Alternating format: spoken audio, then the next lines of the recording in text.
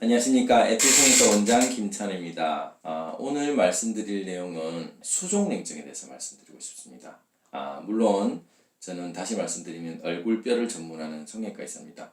그러니까 손발과는 아무 관련 없어 보이지만 신체의 일부와 또 얼굴과 상당히 관련이 있기 때문에 수족냉증 있는 사람이 얼굴뼈 성형, 쌍꺼풀, 코 성형 이렇게 하게 될 때 연관이 아예 없다고는 할 수 없기 때문에 이 부분을 좀 더 자세히 이해를 하시고 하는 게 좋을 것 같습니다. 수족냉증을 치료하는 여러 가지 방법이 있죠. 물론 침이나 뜸 같은 한의적인 방법도 있을 수 있고요. 또 신경과에서 또 재활학과에서 하는 또 양방적 의학적인 방법이 있을 수가 있습니다. 근데 이런 부분은 단순히 원리적인 근원적인 뿌리를 치료하는 게 아니라 단순히 그냥 따뜻하게 해주는 그런 일시적인 현상이 될 수 있겠죠. 근데 이런 수족냉증이 수술을 할 때 어떤 관련이 있을까를 자세히 아셔야지 좀 더 내 몸을 보호하고 수술해야 되겠다라는 생각을 좀 하실 수가 있을 겁니다. 자, 수족냉증이 있다는 건 일단 손을 한번 볼까요? 손은 몸, 심장에서 상당히 멀리 있습니다. 이렇게 뻗으면 화면에서 보이실지 모르겠지만 발도 그렇고 심장에서 다리로 뻗어가는 게 상당히 깁니다. 그러면은 이 긴 트랙을 이용해서 뜨거운 피가 갈 때 결국 식어 가 있다는 거죠. 손발이 식어 있다는 겁니다. 그러면 식어 있다는 건 두 가지 이유가 될 수가 있는데요. 심장에서 짜주긴 하는데 이 트랙이 너무 좁아서 뜨거운 피가 가다가 다 식어버리는 부분이 있을 수가 있고요. 아니면 심장이 뜨거운 피를 짜주는 이 힘이 부족해서 세게 짜주지 못하고 천천히 짜주다 보니까 혈관은 크기가 괜찮은데 천천히 가서 다 식어버리는 경우가 있겠죠. 물론 또 복합적인 경우가 있을 겁니다. 그래서 첫 번째의 혈관이 이제 가는 부분인데요. 이것도 결국은 피가 심장이 많이 안 짜주다 보니까 혈관이 적응을 해서 굵은 혈관이 점점 좀 줄어든 겁니다. 결국 심장이 문제라고 볼 수 있겠죠. 그럼 심장이 왜 이런 피를 짜주는 힘이 약하냐? 결국은 몸에서 나가는 피, 박출량이 있다면 다시 들어오는 피가 있겠죠. 나가는 피가 많으려면 들어온 피가 많아야지 나오는 피가 많은데 실제 들어오는 피가 적으면 심장이 굳이 일을 많이 해서 나갈 이유가 없습니다. 결국 심박출량이 줄어드는 이유는 우리 몸에서 나갔던 피가 몸에서 다 들어오는 게 적어서 생기는 겁니다. 좀 어려운 얘기일 수도 있는데 그 제2의 심장이라고 하는 부분을 아시는가요? 종아리가 우리 몸의 제2의 심장입니다. 그러니까 나갔던 피가 우리 몸에서 올라오게 할 때는 종아리에서 발을 디딜 때 이 종아리 쳐주는 이 부분으로 해서 위로 올라가게 되겠죠. 그러니까 결국 많이 걷지 않게 되면 올라오는 정맥의 힘이 적게 됩니다. 그러면 정맥의 힘이 적다 보면 또 나가는 힘도 적게 되겠죠. 이게 똑같은 원리인데 결국 한마디로 걷지 않아서 운동을 하지 않다 보니까 심박출량이 적게 되겠고 그러다 보니까 피가 적게 이제 나가게 되니까 혈관도 굳이 굵어질 필요가 없다는 거예요. 그래서 점점 가늘어지겠죠. 보통 건강검진할 때 팔에서 혈관을 뽑을 때 혈관이 잘 없네요 라는 분들은 대부분 보면 수족냉증이 있을 가능성이 많고 또 운동을 잘 안 하는 경우가 많습니다. 그리고 운동을 많이 하더라도 유전적으로 엄마 아빠 그 부모님들이 그런 체질을 타고나신 자녀분들은 혈관을 작게 태어났죠. 이제 그런 분들은 운동 선수가 되기는 상당히 쉽지가 않다는 겁니다. 이런 식으로 이제 체질도 있고 자기 습관도 있다는 겁니다. 결국은 손발이 차신 분들이 다 모든 사람이 그렇다는 건 아니지만 보통 운동을 게을리하는 분들이 많을 수 있다라는 거고요. 그리고 우리가 목 운동이라든지 손팔 운동이라든지 이런 거를 잘 안 하게 되는 여러 가지 직업적 습관이 있을 수 있어요. 예를 들어서 사무실에서 가만히 앉아 있으면 엉덩이에 혈관이 압박이 되기 때문에 위로 올라오지를 못하게 됩니다. 거기다가 고개를 숙이게 되면 피가 다 아래쪽으로 빠져나가 버리죠.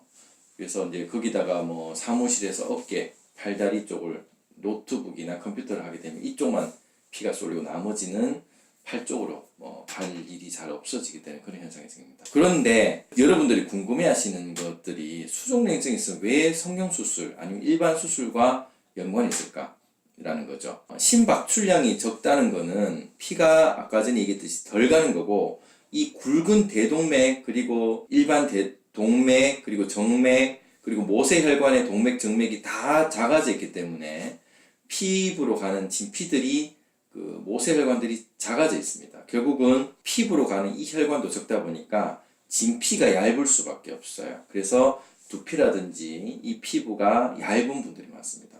운동을 하시는 분들이나 우리가 아프리카 사람들 이렇게 그 피부 탄력이 좋은 분들을 보면 피부를 만지면 두껍습니다. 제가 말씀드리는 건 지방이 두껍다는 게 아니라 그 진피층이 두껍다는 걸 얘기 드리거든요. 그래서 진피층이 우리 몸을 보호하는 면역 체계 중에 가장 중요한 기관 중에 하나입니다. 바깥에서 침투를 되는 이 면역 체계를 담당하는 곳이죠. 물론 입 안으로 들어가는 균을 침투되지 못하도록 또 담당하는 게 장이 될 겁니다. 그래서 바깥에서의 면역과 안에서의 면역, 바깥에서의 면역은 피부가 담당을 하고요.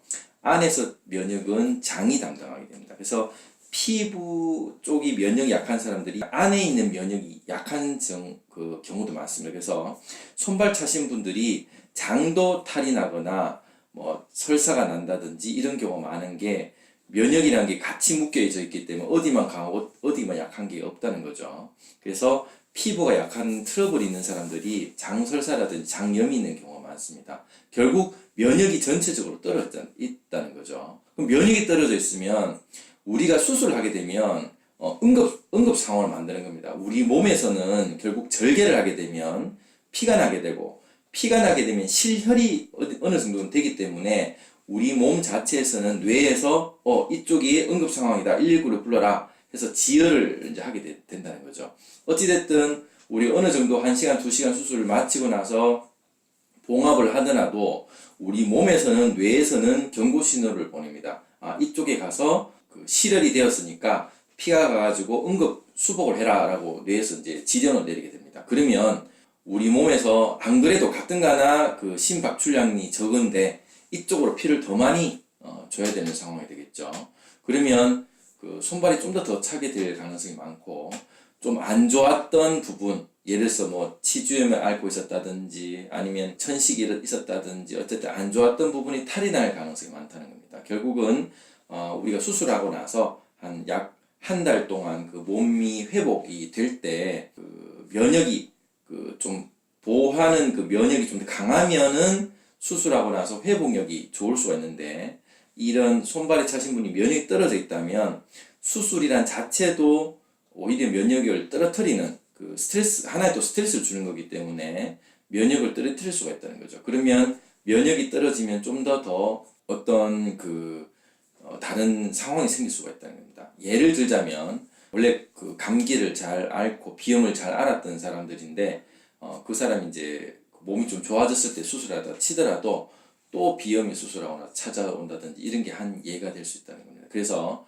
수족냉증 있는 분들은 수술을 못 한다는 게 아니라 미리 수술에 준비를 좀 해주시는 게 좋겠다. 결국 면역을 좀 더 강화를 시켜주는 게 좋겠다는 겁니다. 이 면역을 강화시켜주는 가장 쉽고 빠른 방법은 매일매일 30분 이상을 운동하는 것입니다.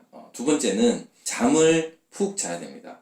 우리 몸이 회복하는 것은 낮에 회복을 하지 않습니다. 결국은 잠자는 시간 11시부터 밤 11시부터 새벽 4시 이때 우리 몸에 있는 그 호르몬이 나옵니다. 멜라닌이라는 호르몬이 나오게 되는데요.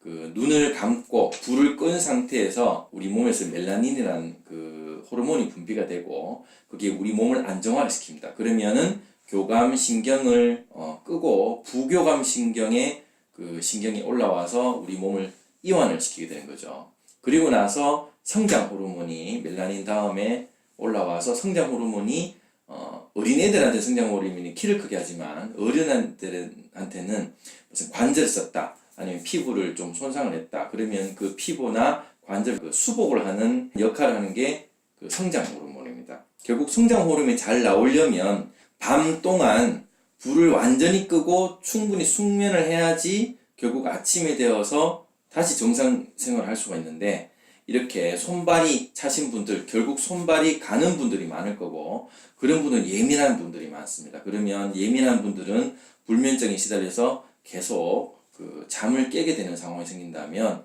밤에 회복을 못 한다는 거죠.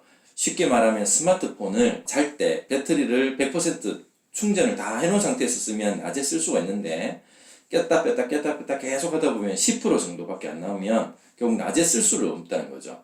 그렇게 수술하고 나서 이런 배터리가 떨어진 상황이 생기면 아주 곤란한 상황이 되기 때문에, 특히 수족냉증 있는 분들은 이런 몸을 보호하는 행동을 잘 하셔야 됩니다.